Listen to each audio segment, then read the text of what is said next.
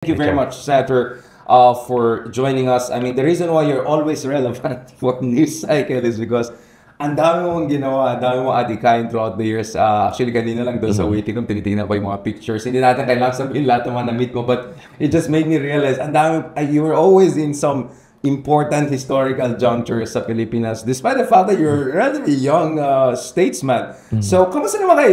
Before we discuss the more contentious issues, and I know because you're more directly involved in some issues more than the other. Yeah. There are certain limitations. You cannot say Oo. everything on the record, but the degree that we can talk about it, we'll talk about it. But before that, Mhm. Senator, I mean, you did something remarkable in Caloocan. You won more than 200,000 votes. At Mhm. least 2 out of 5 voters went for Mhm. you. That was a very competitive race, considering how everyone was looking at it and saying, "Wala na yan. This is going to be more than an uphill battle. It's going to be mission impossible." What is your read of what you have achieved, of what you were able to achieve dyan sa Caloocan, given yung mga structural limitations that I'm sure you can talk Mhm. about? I think ang nakita ko dito yung mga silver linings ano kasi people saw Caloocan as ano yan, parang the more problematic city no sa buong Metro Manila. Ang daming problema talaga diyan, iba't ibang levels. And everybody assumed na talagang this is a kingdom of a political dynasty, no? Pero nakita natin there is always that hope for change. People long for change. And yun na nga, yun yung naramdaman natin. It's just unfortunate na it's the very same people longing for change na sila yung most vulnerable sa mga mga usual unfair tactics Because of ng the desperate elections. conditions created by trapper politics also. Yes, Society, yes. cyclical in the Oo. society. So, but I'm sure mabi-break 'yan kasi I started out at 8%, I ended up at 40. So, you can imagine kung walang unfair tactics, I think iba ang naging resulta. But ganun talaga, that's how it is and we have moved forward.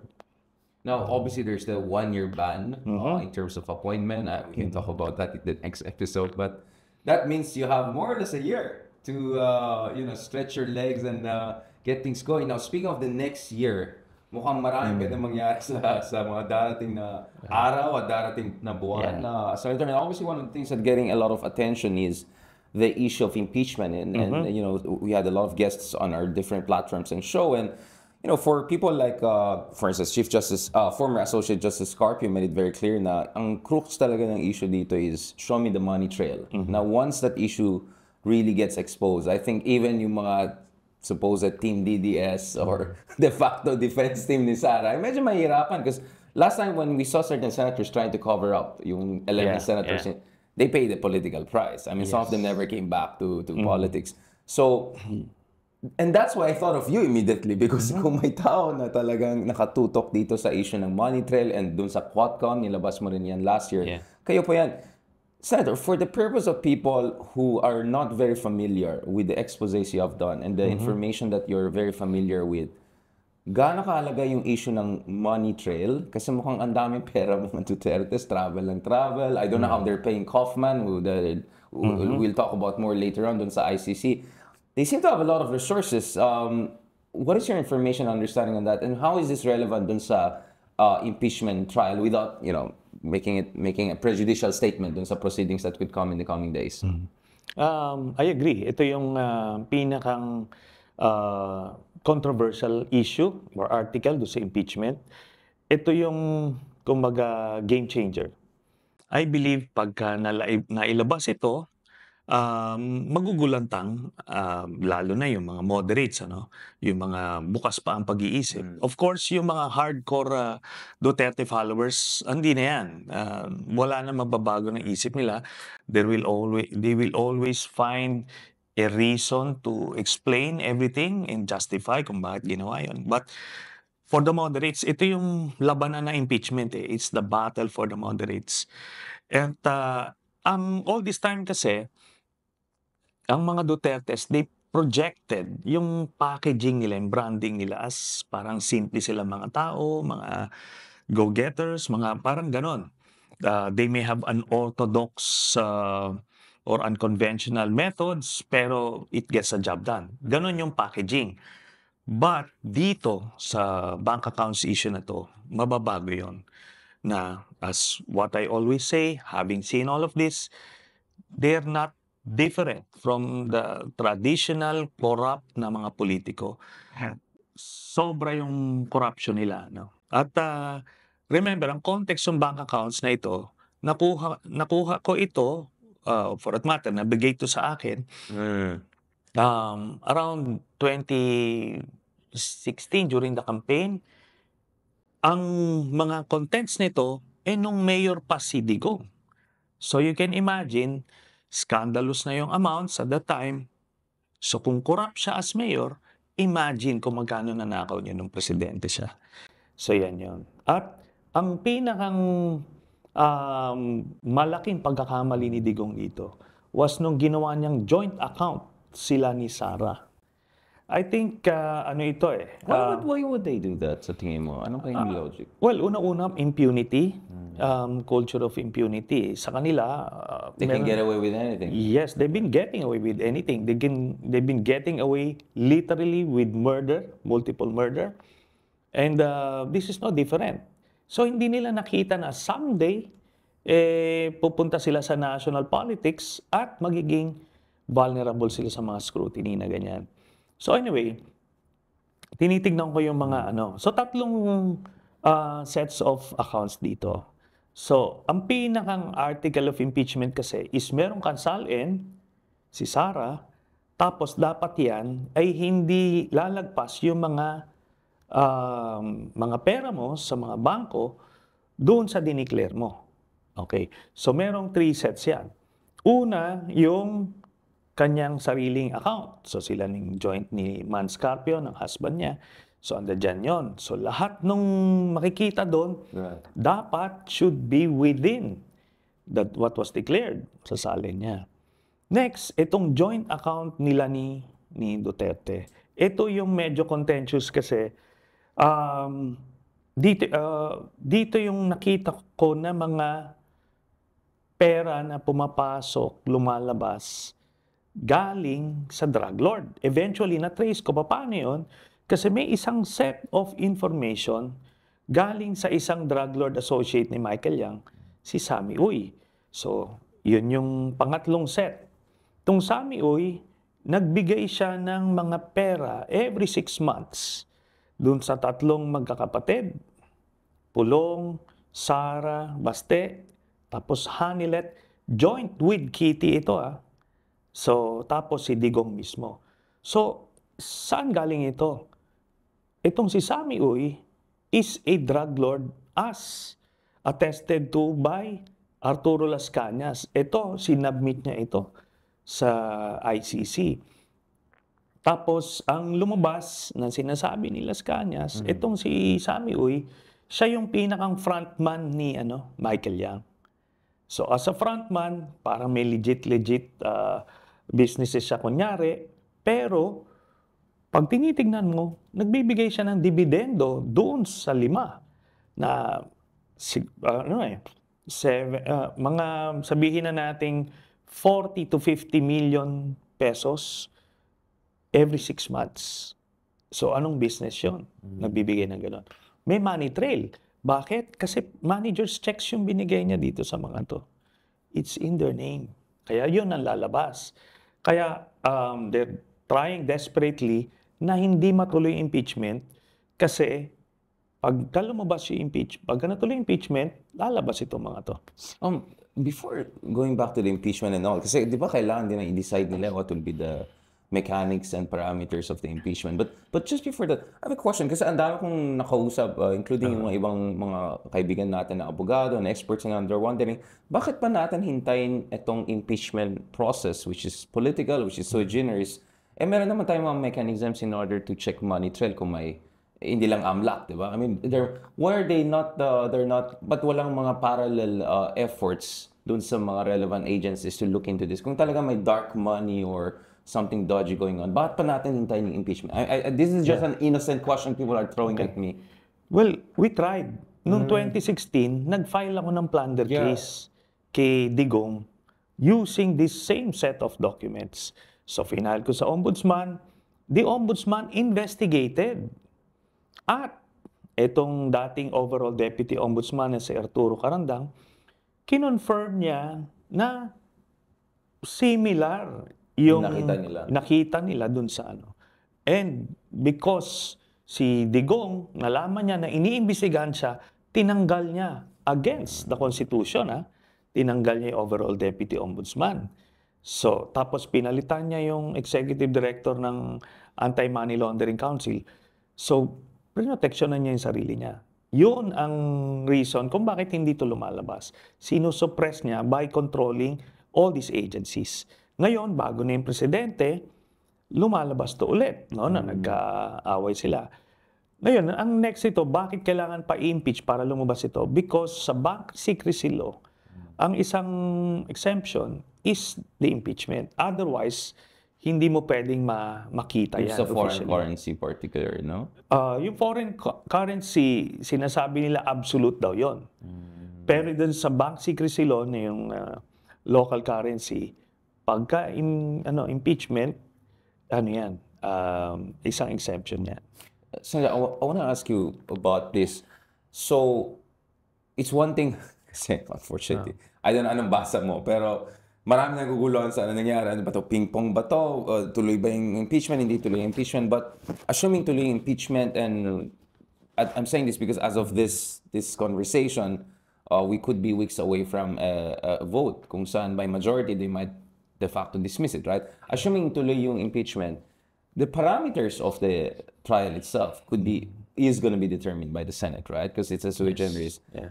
Yung issue ng bank secrecy at saka yung exposure of yung money trail, is that something that has to be also voted upon, or it could come as a package once the trial is put together from your own experience and understanding of the procedures?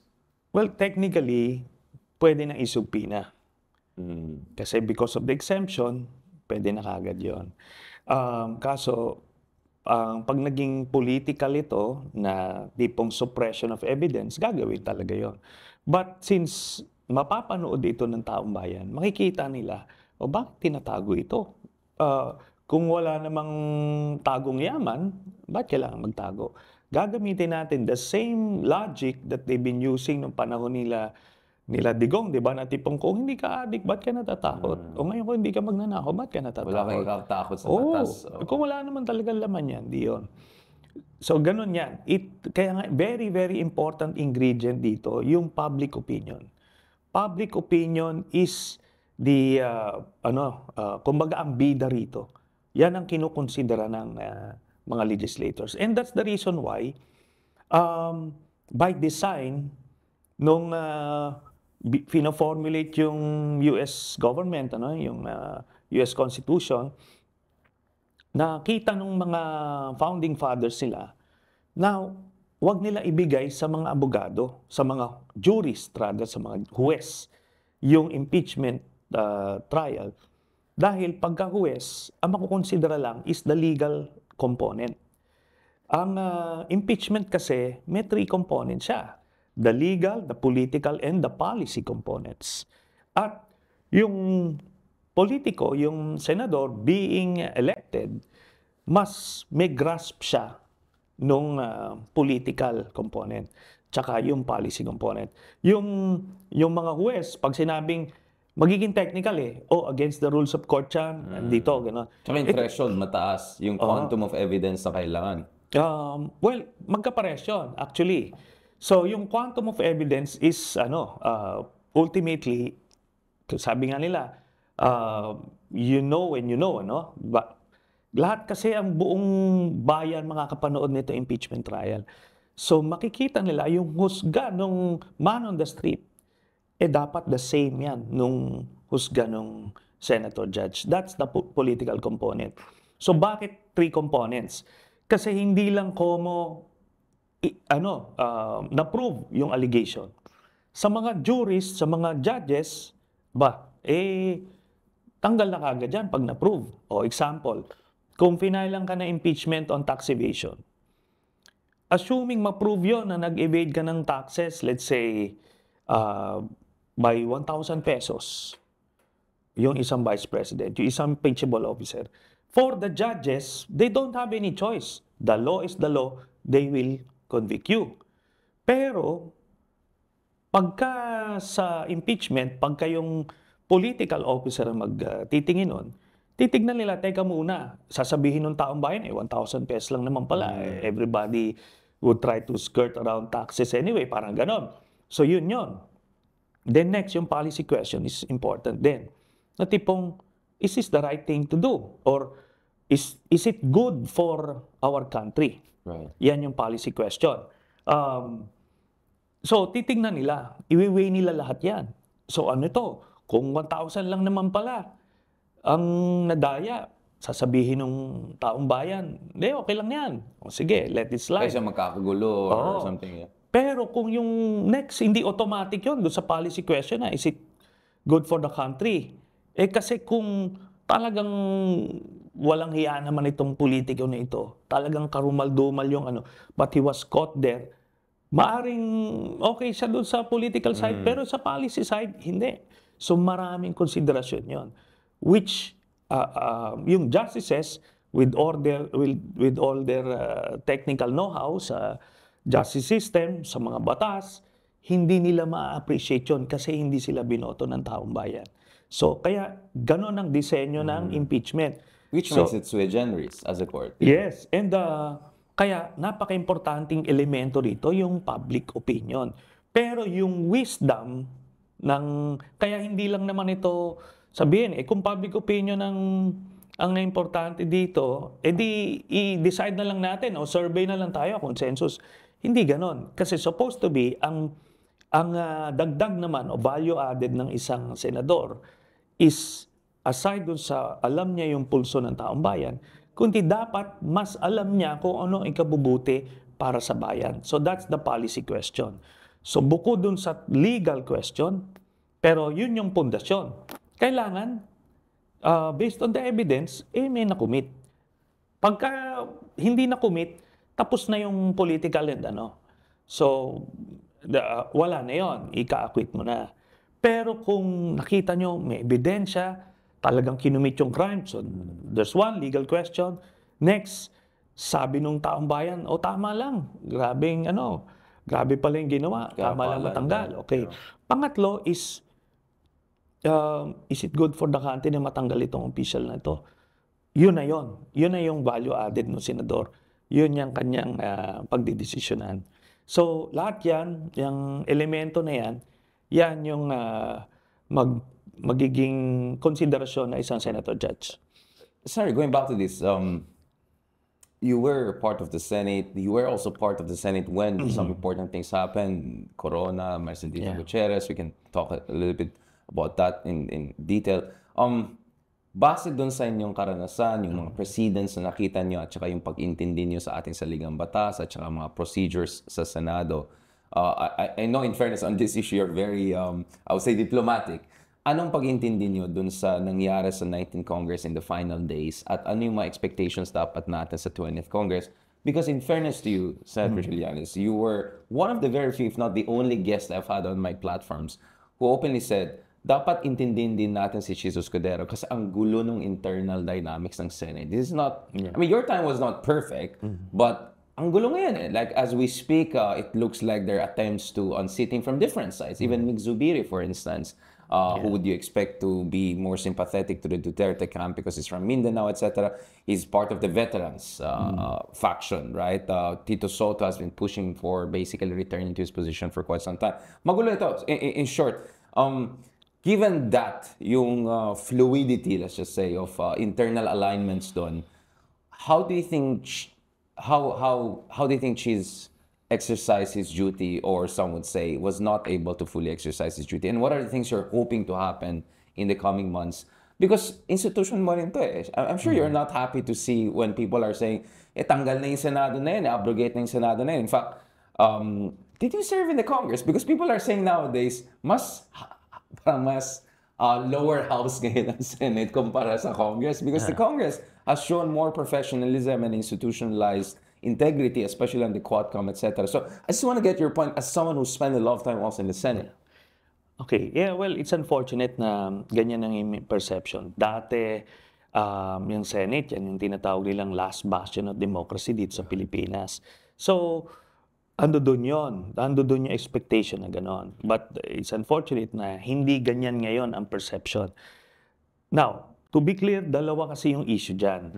May issue ng Senate presidency at may issue ng impeachment trial. So, hindi yan necessarily the same. So, those voting for or supporting Chis Escudero is not automatic na magko-convict o mag-acquit. So, iba yon. Yun yung complexity na kino-confront ni Senator Chis Escudero.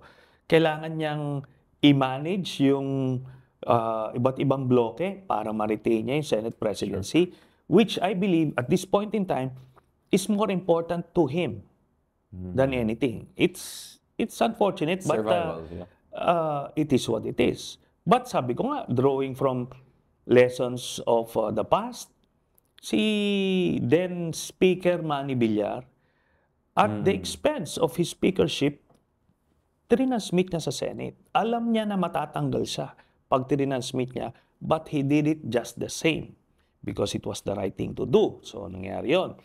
Pimentel resigned from his Senate presidency. Yes, oo. Si JDB, Speaker Jose de Venecia, when confronted with the same dilemma, anong ginawa niya? Hindi niya trinasmit because he loved his position more. But in the end, ano nangyari? Di tanggal siya. Si then Speaker Manny Villar, alam niya na tanggal siya, but he did the right thing. Na-elect siya sa Senate. So the people rewarded him for that. So ito kasi nakikita nila yan eh. Minsan medyo short-sighted sila eh. Ito lang kung ito. Pero kung down the road, you'd be politically crucified anyway. So you'd have to factor that in. Unless they feel na hindi, kaya kong manalo doon, sabihin ko lang, magbigay ako ng 10,000 a month o kung ano man. Ganon yung calculation nila. So yun, dalawang issue. Kaya ako naman sinasabing, let's not be prisoners of the moment. This vote is 18-5 para nalumo lahat. Sabi ko, hindi. When the smoke cleared, ano ba, na-dismiss ba yung impeachment? Hindi. Diba? And that was the objective. Maitawid ito na hindi ma-dismiss. So they tried. But the thing is, some people tried.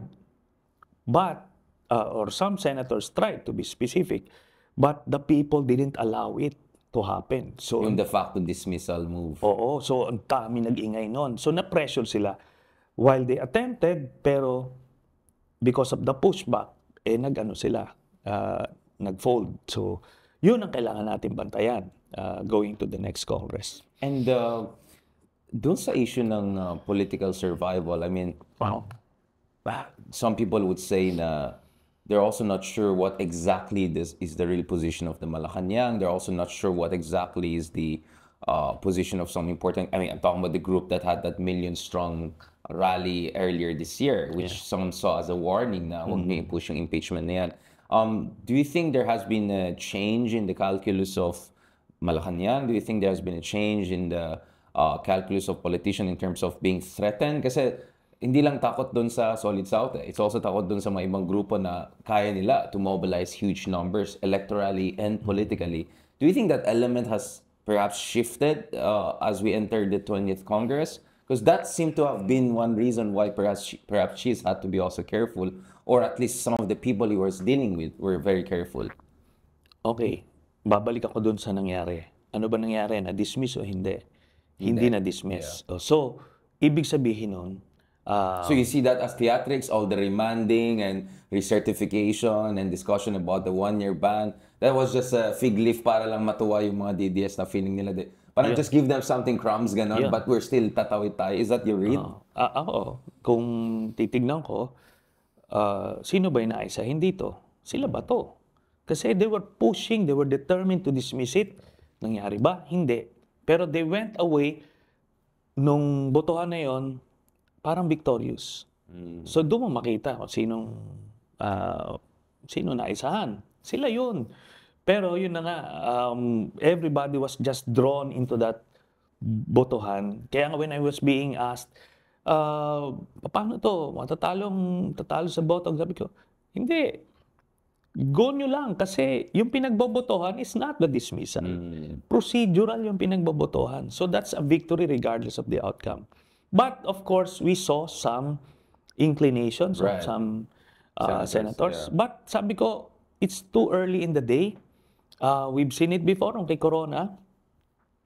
When we started, lamang yung leaning acquittal. Lamang na lamang.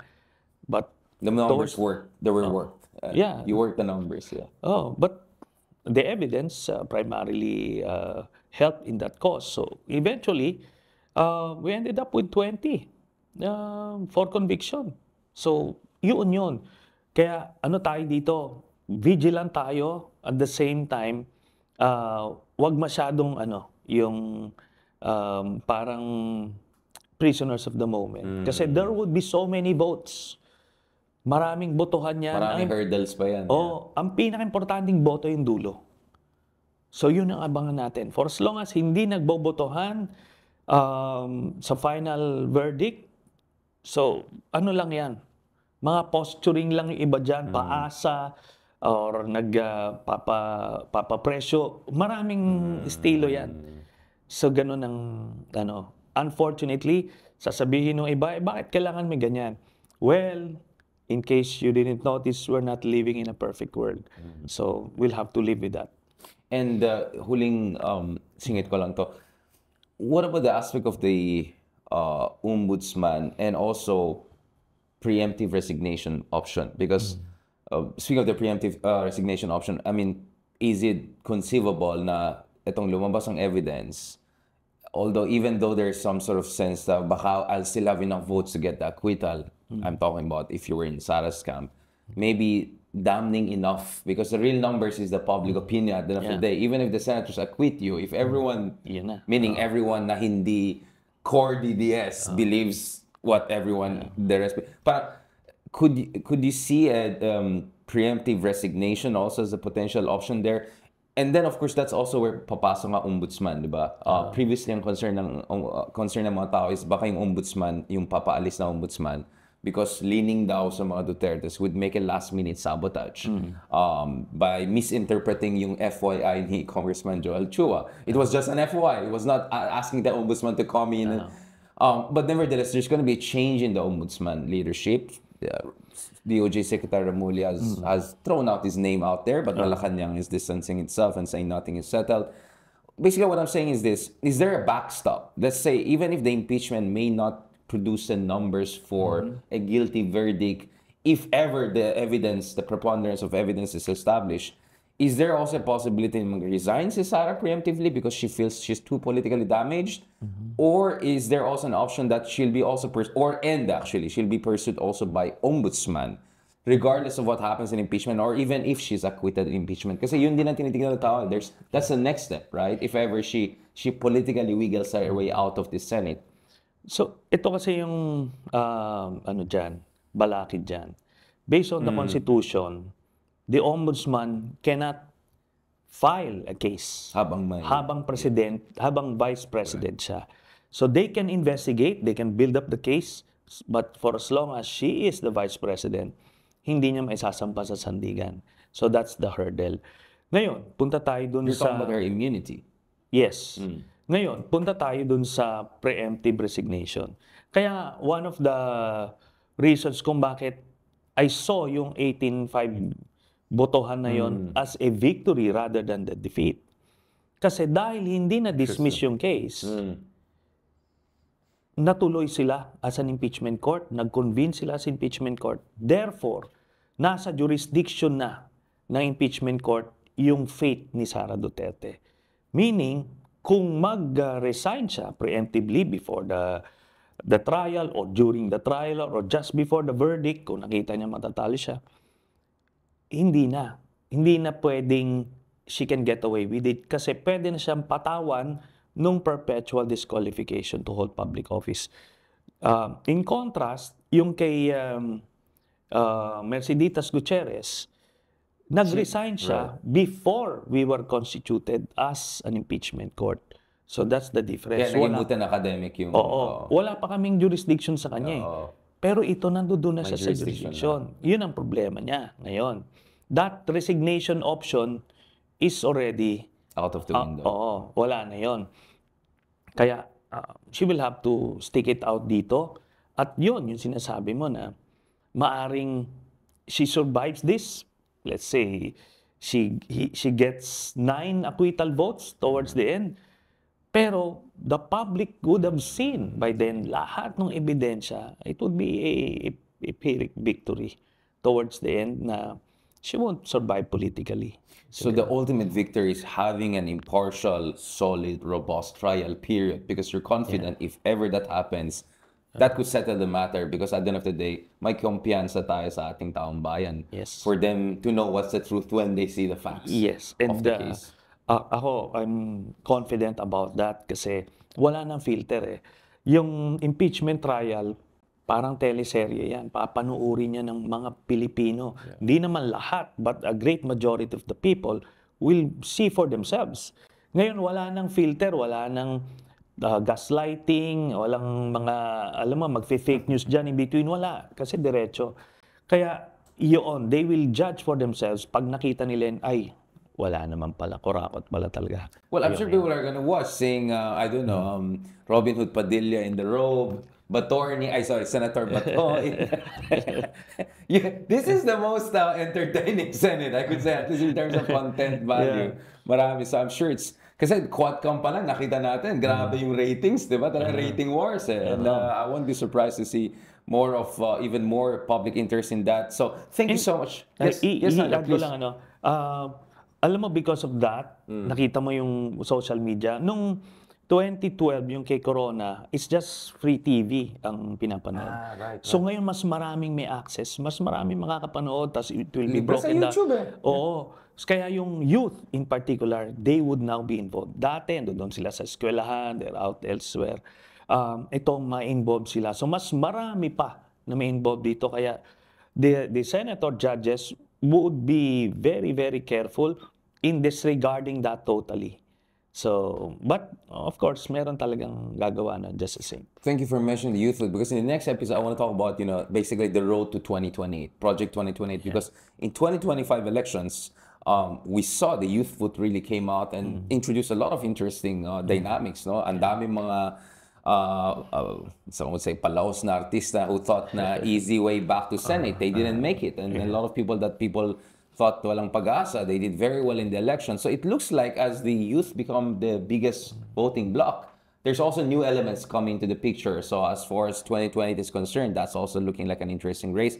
But obviously, we also have to talk about the ICC issue, because mga Duterte are not only involved in this impeachment trial, they're also involved in other trial, and that's the ICC trial that's coming up. Thank you very much, Senator Trillanes, for the fantastic discussion.